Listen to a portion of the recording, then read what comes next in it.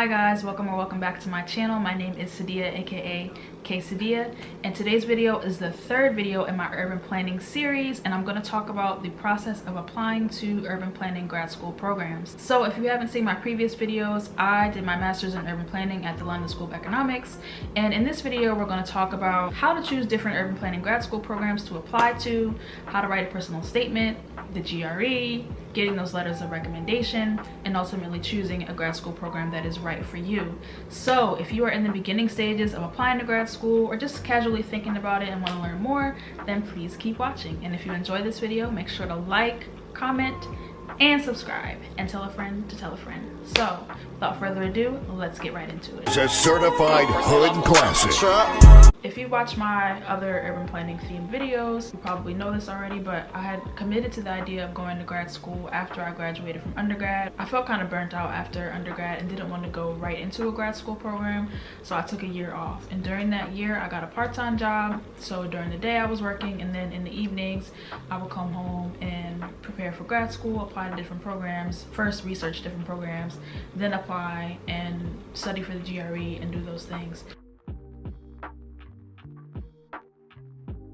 The first step in choosing the grad school programs that I wanted to apply to, I knew early on that I didn't want to apply to a whole bunch of different programs. Like, I wanted to keep the list of schools very small. Application fees are super expensive. They could be $75 to $100, and if you're applying to like 15 schools, like those fees add up, and my money was not long.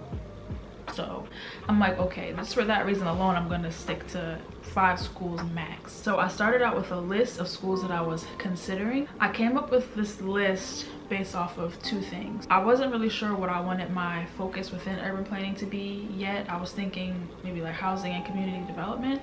So my first step was to look at schools that had that specific focus, and then also think about different locations where I would want to study. Because it is urban planning, you want to be in a city where you actually enjoy the city. And especially for me, I wanted the city to be like my own research laboratory. So I wanted to pick a place where I felt comfortable, where I would like to do ethnographies and do research and study within the city. So it would just make the whole process of learning more enjoyable, I thought. And also for me personally, I wanted to be outside of America.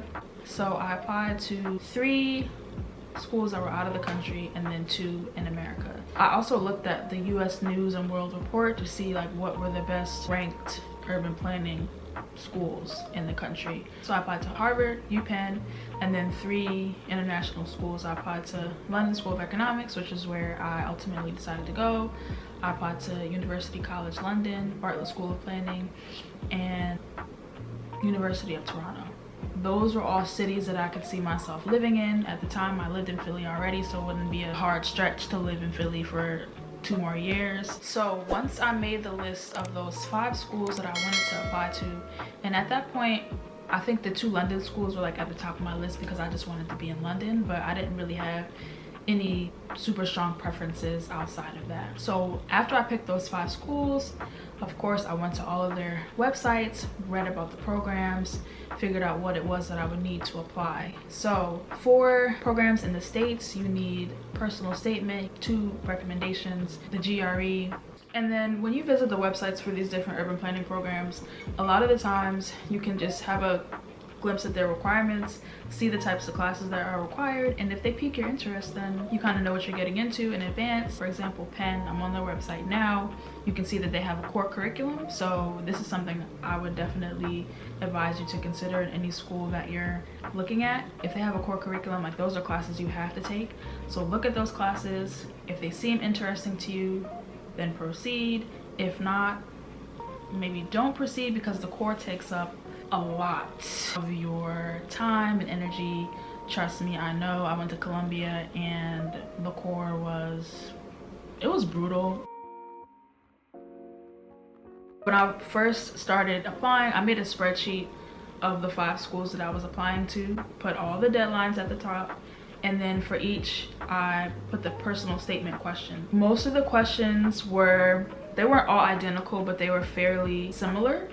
So I was able to write 1 essay and then kind of tweak it as I went to fit the slightly different questions for each school. So that's something I would definitely advise you to do. Instead of writing 5 individual essays, have like one general essay that you use for your personal statement, and then obviously when you're applying to the individual schools, you tweak it as you go. So for example, I'm applying to Penn. The personal statement question for Penn is, on the Penn website it simply says you must upload a personal statement no more than 500 words long describing your background, interest in your field, and your academic and career objectives. Basically what I did, I started with a personal anecdote about my life that piqued my interest in urban planning. So I started, and this was most relevant to the Penn essay because Penn is in Philly and that's where I'm from. So I started by talking about Lancaster Avenue, and if you're from Philly, you know like Lancaster Avenue is like one of the longest streets in Philly. Like it goes from like the Penn area all the way through the suburbs to like King of Prussia and stuff like that. So I was just talking about like the wealth disparities that you see along that one street, and how growing up and like traveling along Lancaster Avenue really impacted my view of income inequality and housing inequality. It helped me to develop an interest in the field of planning and housing and community development. I think it definitely helps if you start with some kind of, give a little punch in the beginning, like some type of opening statement that draws in the reader, something unique to your life. So you start with a personal example and then you widen it a little bit to talk more about your academic interests, and definitely make sure you talk about specific things about the program that you're applying for. I mean, this is a given. I know I said like I wrote one generic essay, but I made sure to go into each when I was actually submitting the applications and have like 1 or 2 paragraphs to talk specifically about the program that I was applying for. So like for LSE, for example, like I mentioned a specific professor that I would want to work with, classes I wanted to take, just stuff to make it sound like you really did your research, because that's going to make the admissions committee really consider your application if it looks like, oh, like she's actually really interested in the school, she didn't just apply for the sake of applying. But remember that it's like the tip of the iceberg, because you only have 500 words, and 500 words is not really a lot. So once you start writing, you're gonna hit 500 words pretty quickly. For me, the writing process was like, I start with that rough draft where I'm just putting things out on paper, whatever comes into my mind, just writing it down. And then during the second phase, you go back and edit, you condense things, you take out sentences, you see what sticks. And then I would also say make sure you have other people read your personal statement and review it for you. Once I had a rough draft that I was pretty happy with after I had done like 3 rounds of edits on my own, I sent it to a couple of my friends, I sent it to my manager at the time, my mentor, I sent it to my mom, cousin. Just get as many different people as you can to read it and offer their feedback. And then once they gave me their feedback, I would incorporate it into the personal statement, and then boom. If you're happy with it, then keep it at that. I would also say definitely make I talked about this a little bit earlier, but how I had that chart with each school, each personal statement question, each deadline, each application fee, just put everything in one place, and then also make a timeline for your application. So say it's September, you're starting your application process now, and applications are due November 1st, so that's 2 months. So I would say like have a weekly plan, like okay, this week I want to work on my personal statement for X school, I want to go in and study 2 hours for the GRE. It's really helpful if you have everything written down to help you stay on top of your assignments. So now let's move on and talk about the GRE. So the GRE is a requirement for some schools, optional for others. I think more and more schools are starting to get rid of those standardized tests. But when I was applying, 3 out of the 5 schools had the GRE as a requirement. Initially, I went online and purchased Magoosh, like a self-study kit. So basically it's like self-paced study lessons for the GRE. You can go in and like answer questions online, and then there's also like a Facebook group where you could talk about different aspects of the practice test with other people who are also doing the practice test at the same time. You have to register in advance for the GRE, so I chose a date in November. So I think, yeah, it was after I took the GRE, after I had already submitted my applications. And then when you're taking the GRE, you can select the schools that you want to send your scores to. I think most of my deadlines were November 1st, and then I took the GRE on November 18th, and the scores went automatically to the schools that I had selected. Anyway, GRE, standardized tests are just kind of, they're annoying in my opinion. And then initially, like I said, I had that like self-paced Magoosh study program. That wasn't really working for me. I feel like I work best when I have someone else like making me do things by a certain date. I'm not always the best at like being self-motivated. I like tried to set up a study plan for myself, but I wasn't really following it. So I'm like, you know what, let me just make the investment and do a Kaplan course.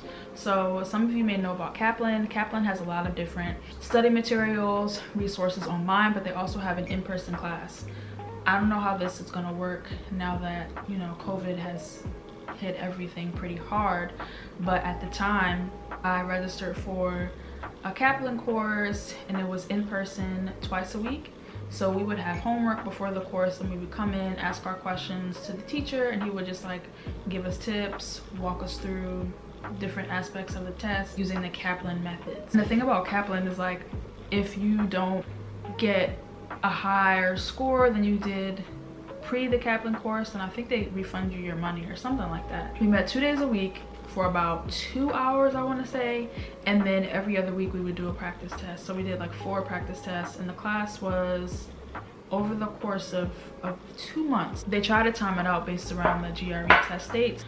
They're pretty expensive. It depends on the plan you get, but it's very comprehensive. Like you get the books, you have access to like these online lessons, then you have the in-person aspect, and then there's like a 24/7 helpline or something. It is an investment, but if you want to get a good score and you're not really a self-motivated person, then I would recommend checking out Kaplan. There's also other companies that offer a similar service like Princeton Review. I submitted my GRE results to every school I applied to, even though they were only recommended at some. It wasn't a requirement. I'm like, whatever, let me just send them everywhere. Hopefully it'll help my application. And then the GRE itself was long. It's like you go to a testing center, you sit at a computer for, I want to say 3 hours, but you just sit there and like multiple choice all the way through.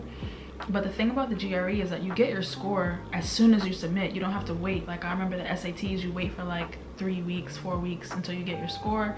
GRE, you get it as soon as you finish the test, and then you just submit it. So I was like, all right, cool, I'm done. So I took it one and done, got a good enough score, I thought, and I'm like, all right, well, I feel okay about the score. Sent it off to the schools. That was that. Now let's talk about letters of recommendation.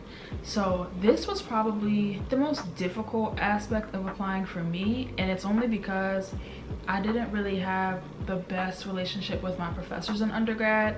I didn't have a bad relationship with them, like I was a good student, but I just didn't really have a personal relationship with my professors. Like I would go to class, do the work, participate sometimes when I felt like it, and that was it.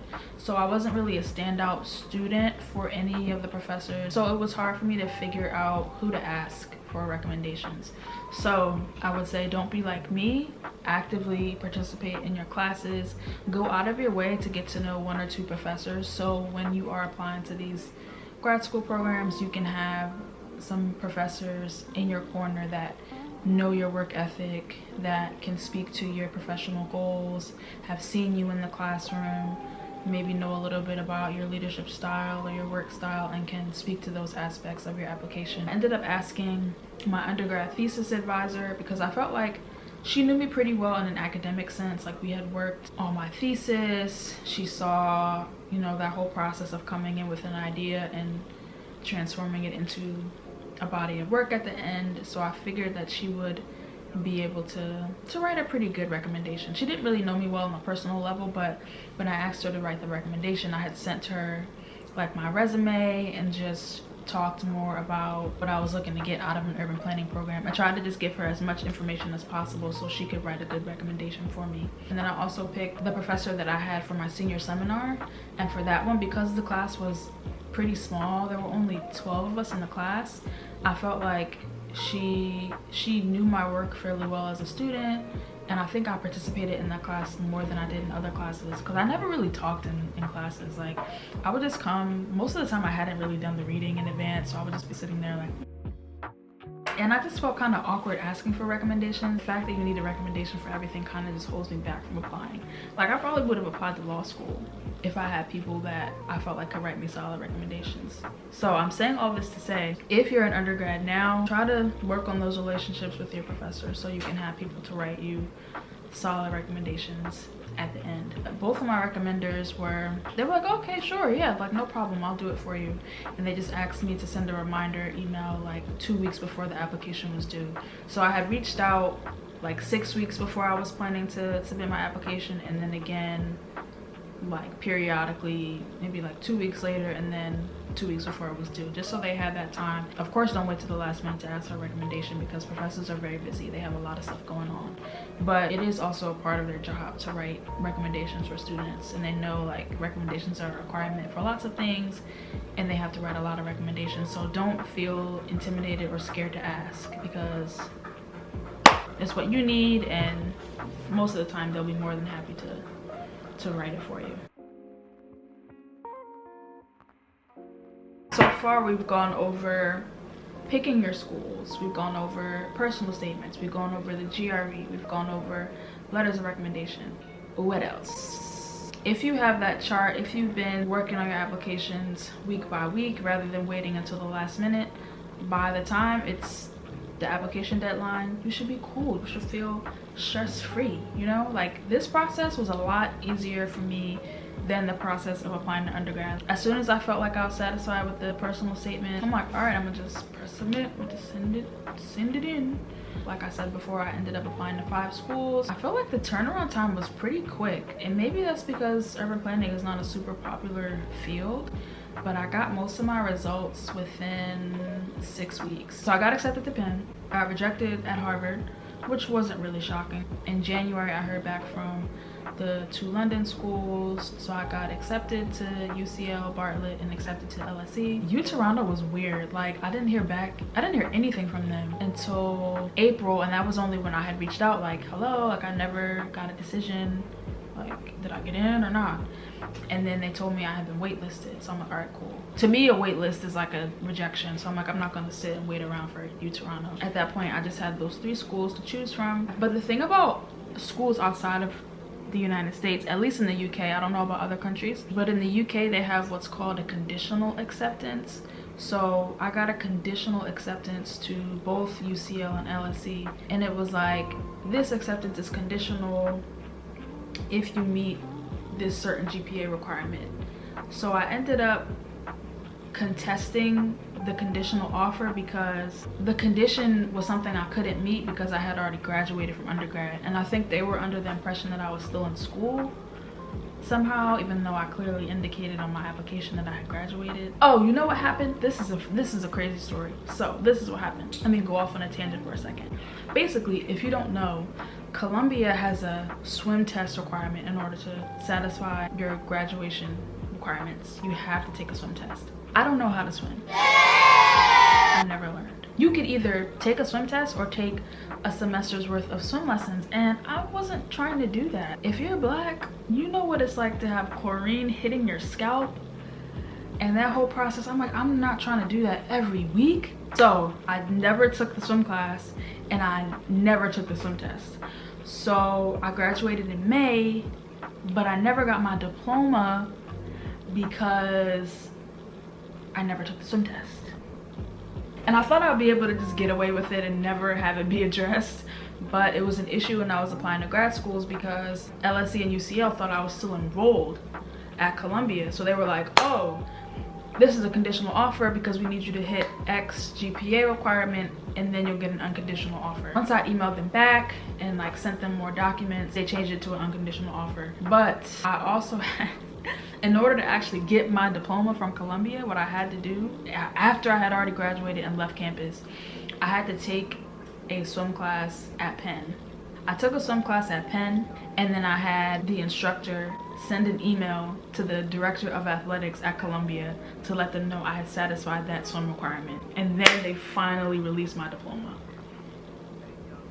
Where was I even? Why did I oh, because of the unconditional. So if you're applying to schools overseas, that is something to consider, the unconditional offer versus conditional offer. I guess the closest comparison for American schools would be that the wait list, I guess. But no, not really, because you're not accepted when you're on the wait list, you're just on the wait list. So that was another source of stress for me because I had contested the conditional offer, but I didn't hear back from LSE for like 6 weeks.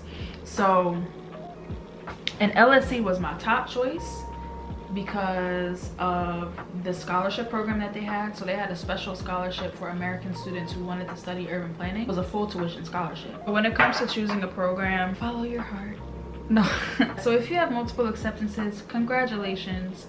I would say really make a decision based on whatever school you feel like you would gain the most from. So when you're in the beginning stages of the application process, make a list of your priorities. So for example, I wanted an urban planning grad school experience that would allow me to get studio time or just time where I could actually work hands-on on planning projects. So it's like you have a sense of what you're getting into before you graduate. That was a priority for me. I wanted a school where I could do housing and community development as a focus. And then also I ended up choosing LSC for more practical reasons, just in terms of financing, but also because there was the component of there was the economics and policy component. So LSC is a very policy focused institution, but then also within the urban planning program we had to take a class on economics, and I wanted to enhance my financial understandings and knowledge. I've always struggled with like math and econ was my worst class undergrad, so I'm like, okay, let me put myself in this program that's really going to force me to understand supply and demand. Bars. Anyway, yeah, so that's why I considered LSC, and then also because the program was only 1 year as opposed to the other programs that were 2 years. But I do also see the value of a 2-year program. Maybe it's best that things are not condensed into 1 year when they really should be 2 years. Make a list of your priorities and then choose a school that aligns with what you feel you would like to do post-grad, but a school that has enough options, so where if you mid-program decide, hey, I don't want to concentrate in housing anymore, I want to do transportation planning, then you can make that switch and it won't cause too many issues, because some schools are so small that they don't have the range, you know what I mean? Like they don't have multiple options, and it'll be harder for you to choose something else if you end up deciding that whatever focus you chose in the beginning is not for you. Figure out a place that will make you feel the most comfortable and the most productive and gain the most from it, because it's an investment. You're paying money, you want to get the most for your money. I would also say, if you can, and this may be harder because of COVID, try to visit the schools, go to their campuses, see what the atmosphere is like, because you'll be spending a lot of time on campus. Will you? COVID? Well, hopefully by the time you actually are enrolled, you know, it'll be safe to be back on the physical campus. See what the vibe is, see what the surrounding area is like, see if you would really enjoy your time at this institution. I think that's it for this video. We've covered personal statements, we've covered choosing a program, we've covered getting the letters of recommendation, the GRE, choosing a school. But if you would like a part 2 of this video for me to expand on any area that I covered, let me know in the comments. Make sure to like, comment, subscribe, tell a friend to tell a friend, and let me know what other types of videos you would like to see from me in the future. So good luck with your applications.